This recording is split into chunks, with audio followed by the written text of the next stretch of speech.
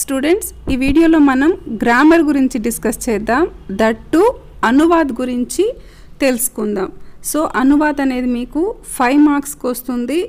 ఈ అనువాద్ 5 మార్క్స్కి రావడమే కాదు, ఇది మీరు చేయగలిగారంటే రిమైనింగ్ గ్రామర్ పార్ట్ అంతా కూడా చాలా ఈజీగా చేసేయగలుగుతారు. నాకు తెలిసి స్టూడెంట్స్ టఫ్గా ఫీల్ అయ్యే పార్ట్ ఇదే అని అనుకుంటున్నా, అందుకని ఫస్ట్ దీంతోనే స్టార్ట్ చేస్తున్నాను. సో మనము ఫస్ట్ అనువాద్ చేయాలి ఈజీగా అంటే మనకు 3 పార్ట్స్ తెలిసి ఉండాలి. ఏంటా 3 పార్ట్స్? ఫస్ట్ సద్రూపు, దెన్ లకారు, దెన్ ధాతురూప్. సో ఈ 3 తెలిస్తే కనుక మనము ఈజీగా ఒక సెంటెన్స్ని హిందీ నుంచి సాంస్క్రిట్లోకి ట్రాన్స్లేట్ చేయొచ్చు. సో ఒక్కొక్క దాని గురించి డీటెయిల్గా చూద్దాం. సో 3 పార్ట్స్ ఖచ్చితంగా తెలుసుకోవాలన్నాం కదా. ఇందులో ఫస్ట్ పార్ట్ ఏంటి? శబ్దరూప్ అనమాట. సో శబ్దరూపులు చాలా ఉన్నాయి కదా, ఎన్ని నేర్చుకోవాలి మేడం అని అంటారా? ఎన్ని నేర్చుకోకర్లేదు. 3 కనుక మీరు బై హార్ట్ చేస్తే రిమైనింగ్ అన్నీ అలాగే ఉంటాయి.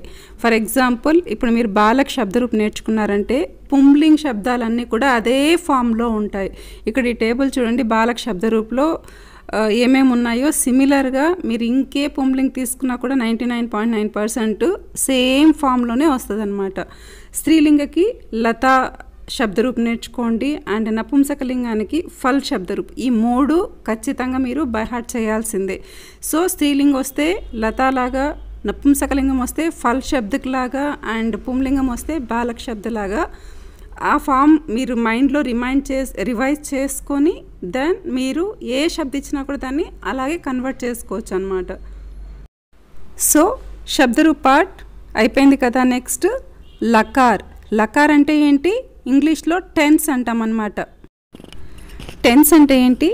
కాలాన్ని చెప్తుంది అనమాట. అది ప్రజెంట్ టెన్సా, పాస్ట్ టెన్సా, ఫ్యూచర్ టెన్సా? సో ప్రజెంట్ అంటే ఏంటి? వర్తమాన కాలము. పాస్ట్ అంటే ఆల్రెడీ అయిపోయింది, భూతకాలము. ఫ్యూచర్ టెన్స్ అంటే భవిష్యత్ కాలము. సో ఈ కాలాన్నే మనం ఇక్కడ లకార్ అని అంటాము. సో మెయిన్గా ఇక్కడ 3 లకారాలు ఉన్నాయి. లట్ లకార్ విచ్ ఈజ్ ప్రజెంట్ టెన్స్, లంగ్ లకార్ విచ్ ఈజ్ పాస్ట్ టెన్స్, రుట్ లకార్ విచ్ ఈజ్ ఫ్యూచర్ టెన్స్. దీంతో పాటు ఇంకా 2 టెన్స్లు ఉన్నాయన్నమాట సాంస్క్రిట్లో. ఈవెన్ ఇంగ్లీష్లో కూడా ఉన్నాయి. ఆర్డర్స్ అండ్ రిక్వెస్ట్ అంటాం కదా, దాన్ని మనం సాంస్క్రిట్లో ఏమంటాము? విధిలింగ్ లకార్. రిక్వెస్ట్ని ఇండికేట్ చేస్తుంది అనమాట. ఆప్కో పడ్నా చాహియే ఏమొస్తుంది? విధిలింగ్ లకార్. అంటే ఇక్కడ చాహియే ఉన్న సెంటెన్స్ని విధిలింగ్ లకార్ అంటాం అనమాట. ఇంకోటి లోట్ లకార్. లోట్ లకార్ అంటే ఆర్డర్ చేయడం, do this, do that, close the door అలా అంటాం కదా. సో ఆర్డర్స్కి లోట్ లకార్, రిక్వెస్ట్లకి విధిలింగ్ లకార్. సో ఓవరాల్గా ఎన్ని లకారాలు ఉన్నాయి? 5 ఉన్నాయి. ఏమేమవి? లట్ లకార్, లంగ్ లకార్, రుట్ లకార్, విధిలింగ్ లకార్, లోట్ లకార్. సో ఓవరాల్గా 5 టెన్సెస్. సో ఈ 5 లకారాలని ఇప్పుడు నేను ఒక ఎగ్జాంపుల్ తీసుకొని మీకు ఎక్స్ప్లెయిన్ చేస్తాను. సో సెంటెన్స్ ఏంటంటే శ్రీహాస్ పడతా హే. ఇది హిందీలో ఇచ్చిన సెంటెన్స్. దీన్ని లట్ లకార్లో రాయాలంటే ఎలా రాస్తాము? ఆల్రెడీ ఇది లట్ లకార్లోనే ఉంది. శ్రీహాస్ పడతా హే ప్రజెంట్ టెన్స్. తెలుగులో శ్రీహాస్ చదువుతున్నాడు. ఓకేనా? నెక్స్ట్ లంగ్ లకార్లో ఏ విధంగా వస్తుంది? ఇది శ్రీహాస్ పడతా థా అంటే శ్రీహాసు చదివేవాడు. నెక్స్ట్ లుట్ లకార్లో శ్రీహాస్ పడేగా అంటే చదువుతాడు, ఫ్యూచర్ టెన్స్. నెక్స్ట్ ఇదే సెంటెన్స్ని మనము విధిలింగ్ లకార్లో రాయాలంటే ఎలా రాస్తాము? శ్రీహాస్ కో పఢనా చాహియే. చాహియే అంటే ఇక్కడ it is like a request. శ్రీహాసు బాగా చదవాలి. సో ఇది విధిలింగ్ లకార్. దీన్ని ఆర్డర్ ఫామ్లో చెప్పాలంటే ఏం చెప్తాం? శ్రీహాస్ పఢో, తుమ్ పఢో, తుమ్ లిఖో. సో ఇది లోట్ లకార్ అన్నమాట.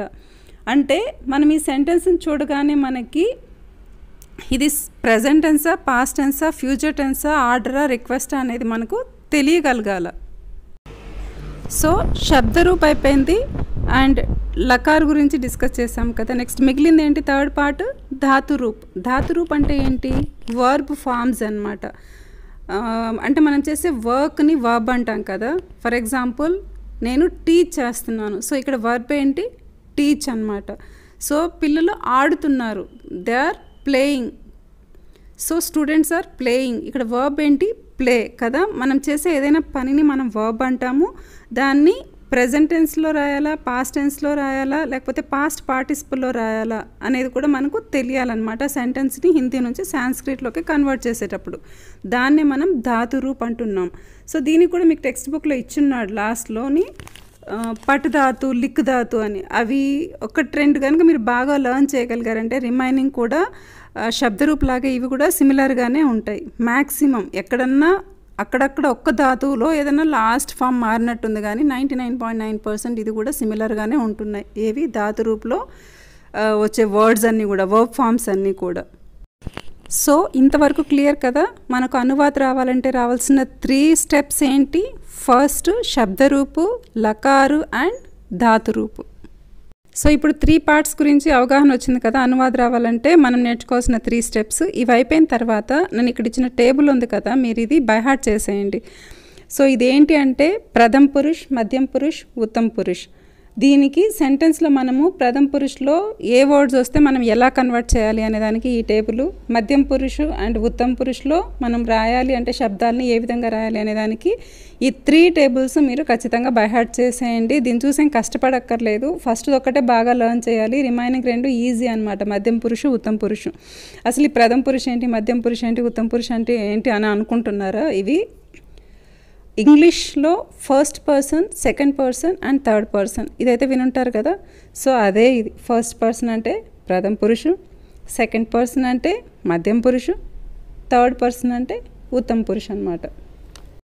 సో మళ్ళీ ఈ 3 టేబుల్స్ నేర్చుకోవాలా అని థింక్ చేస్తున్నారా? ఇది లిటిల్ బిట్ ఈజీ చేస్తాను మీకు. సో ఏదైనా ఒక సెంటెన్స్లో త్వం, యువాం, యూయం ఈ 3 కనుకొస్తే ఆ సెంటెన్స్లో మధ్యం పురుషులో ఉంది ఆ శబ్దం అనేసి. నెక్స్ట్ అహం, ఆవాం, వయం ఈ 3 వర్డ్స్ కనుక ఉంటే అది ఉత్తమ పురుష్ అని గుర్తుపెట్టుకోండి. ఈ 2 లర్న్ చేస్తే ఇవి కాకుండా ఏదొచ్చినా కూడా ఫస్ట్ పర్సన్ కిందకే వస్తుంది, అంటే ఆ సెంటెన్స్ ప్రథమ పురుషులో ఉందన్నమాట. సో మనకి 3 స్టెప్స్ అయిపోయాయి కదా. నేర్చుకున్నాం. ఏం నేర్చుకున్నాము? ఇన్నిసార్లు ఎందుకు రివైజ్ చేపిస్తున్నానంటే ఈ 3 ఖచ్చితంగా నేర్చుకుంటేనే అనువాద్ అనేది ఈజీగా చేయగలుగుతారు. ఏమేంటి? శబ్దరూపు, లకారు, ధాతురూపు ఈ 3 అయిపోయాయి కదా. అండ్ దీంతోపాటు మనం ఇంకొకటి యాడ్ చేసాం. ఏంటది? ప్రథమ పురుషు, మధ్యం పురుషు అండ్ ఉత్తమ పురుషు ఎలా రాయాలి అనేది ఈ టేబుల్ లర్న్ చేయమని చెప్పాను. సో ఇప్పుడు మనము బేసిక్ ఒక సెంటెన్స్ తీసుకొని దాన్ని ఎలా ట్రాన్స్లేట్ చేయాలో చూద్దాం. ఫర్ ఎగ్జాంపుల్ బాలక్ పడతా హై ఏంటి? ఇలా ఇంత సింపుల్గా ఎగ్జామ్లో వస్తుంది అనుకుంటున్నారా? అంత సీన్ ఏం లేదు, టఫ్గానే వస్తాయి. బట్ స్టార్టింగ్ కదా, అందుకని నేను సింపుల్ సెంటెన్స్ చెప్తున్నాను. సో బాలక్ పడతా హై మనకి సెంటెన్స్లో ఏం కనిపిస్తున్నాయి? బాలక్ అనేది ఏంటిది? సబ్జెక్ట్.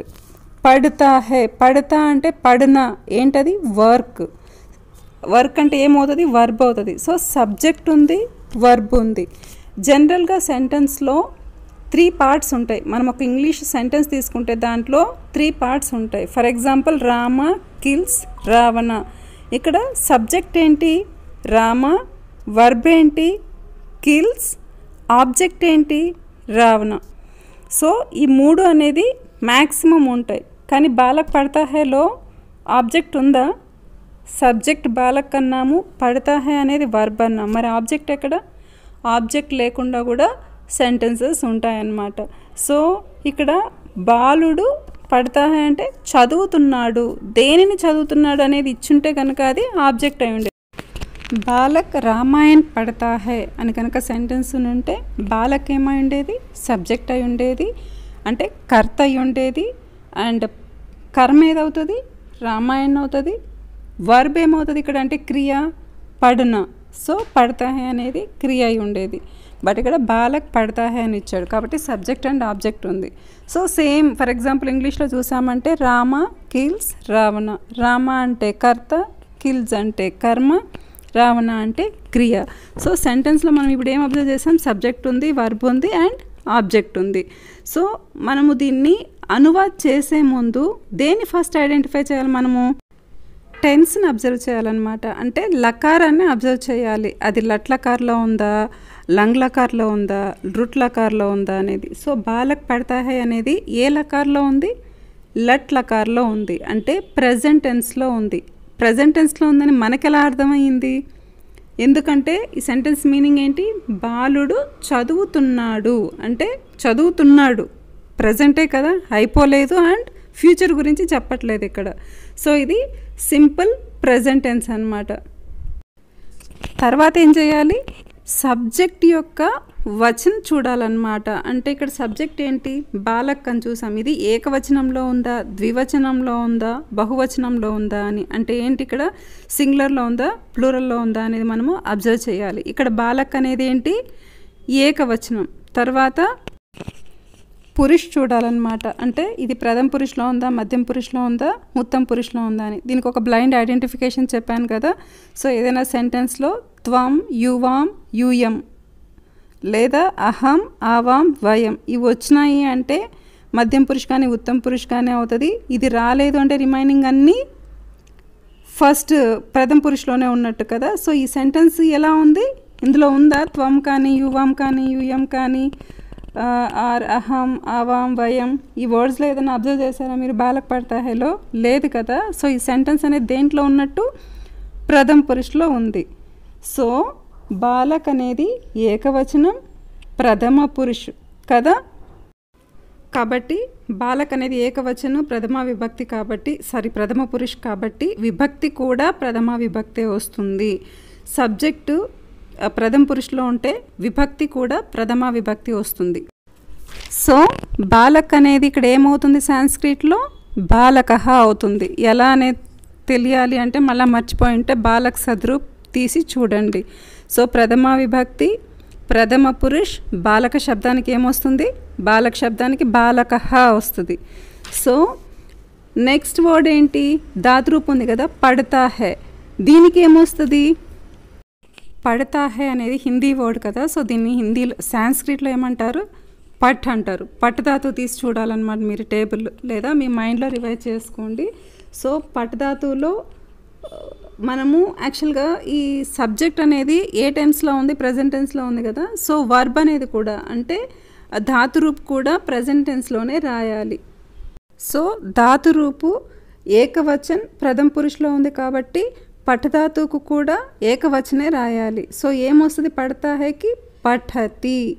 సో సెంటెన్స్ ఈజ్ బాలకః పఠతి. అర్థమైందా, ఇది వెరీ సింపుల్ ఎగ్జాంపుల్. సో నేను ఇంకొక ఎగ్జాంపుల్ చెప్తాను, నేను ఎక్స్ప్లెయిన్ చేయకముందే మీరు అట్లీస్ట్ దాన్ని ట్రాన్స్లేట్ చేయడానికి ట్రై చేయండి. So the sentence is Ramesh విద్యాలయ్ జాతా హై. సో ఇది హిందీ సెంటెన్స్, దీన్ని మీరు సాంస్క్రిట్లో ట్రాన్స్లేట్ చేయండి. నేను మళ్ళీ ఎక్స్ప్లెయిన్ చేస్తున్నాను ఇప్పుడే, బట్ పాస్ చేసి మీరు రాయండి.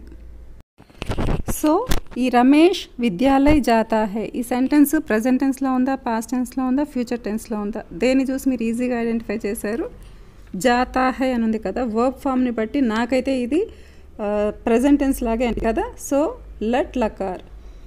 ఫస్ట్ మనం ఏం చేస్తాం, ఏదైనా ఒక సబ్జెక్ట్ ఒక సెంటెన్స్ చూసినప్పుడు దాంట్లో సబ్జెక్టు, వర్బ్, ఆబ్జెక్ట్ అనేది మనము అండర్లైన్ చేసి రాసుకోండి. సో రమేష్ సబ్జెక్టు, విద్యాలయ ఆబ్జెక్టు, జాతా హై వర్బ్. ఇంతకు ముందు సెంటెన్స్లో మనకి ఆబ్జెక్ట్ లేదు కాబట్టి సింపుల్గా అయిపోయింది. ఇక్కడ ఆబ్జెక్ట్ ఇచ్చారు కదా. సో దీన్ని ఎలా కన్వర్ట్ చేయాలి, సెంటెన్స్ ఏ టెన్స్లో ఉన్నా కూడా ఆబ్జెక్ట్ అనేది ద్వితీయ విభక్తిలోనే ఉంటుంది. ఇది ఇంకొక బ్లైండ్ హింట్ అనమాట. సో ఆ సెంటెన్స్ ప్రజెంట్ టెన్స్లో ఉన్న, పాస్ట్ టెన్స్లో ఉన్న, ఫ్యూచర్ టెన్స్లో ఉన్న ఆబ్జెక్ట్ అనేది మాత్రం ఎప్పుడు ద్వితీయ విభక్తిలోనే ఉంటుంది. సో ఈ సెంటెన్స్ కూడా ప్రజెంట్ టెన్స్లోనే ఉంది, అంటే లట్లకార్లోనే ఉంది. రమేష్ అనే శబ్ద చూస్తే ఇది ఫస్ట్ శబ్దరూప్ ఇక్కడ ఏమి ఇచ్చాడు, రమేష్ ఇచ్చాడు. ఇంతకుముందు సెంటెన్స్లో బాలక్ ఇచ్చాడు. సో రెండు సిమిలర్గానే ఉన్నాయి, కాకపోతే బాలక్ అనేది సర్వనామ పదము, రమేష్ అనేది నామవాచకం. సో ఫస్ట్ మనము రమేష్ని ఏ రకంగా రాయాలి, రమేష్ అనేది ఏకవచనం ప్రథమ విభక్తి. సో ఇది కూడా బాలక్ శబ్దలాగే వస్తుంది కాబట్టి రమేష్ ఏమవుతుంది, రమేషః అని వస్తుంది. నెక్స్ట్ విద్యాలయ్, విద్యాలయ్ అనేది ఏంటి, ఆబ్జెక్ట్. సో ఇందాకే కదా చెప్పాను, ఆబ్జెక్ట్ అనేది ఎప్పుడు కూడా ద్వితీయ విభక్తిలోనే ఉంటుంది. సో విద్యాలయాకి ద్వితీయ విభక్తి ఏమొస్తుంది అంటే విద్యాలయం. సో నెక్స్ట్ మిగిలింది ఏంటి, ధాతు రూప్ జాతా హై అని ఉంది కదా. సో జాతా హై అనే దానికి మనము సాంస్క్రిట్లో గచ్చే శబ్దం నేర్చుకోవాలన్నమాట.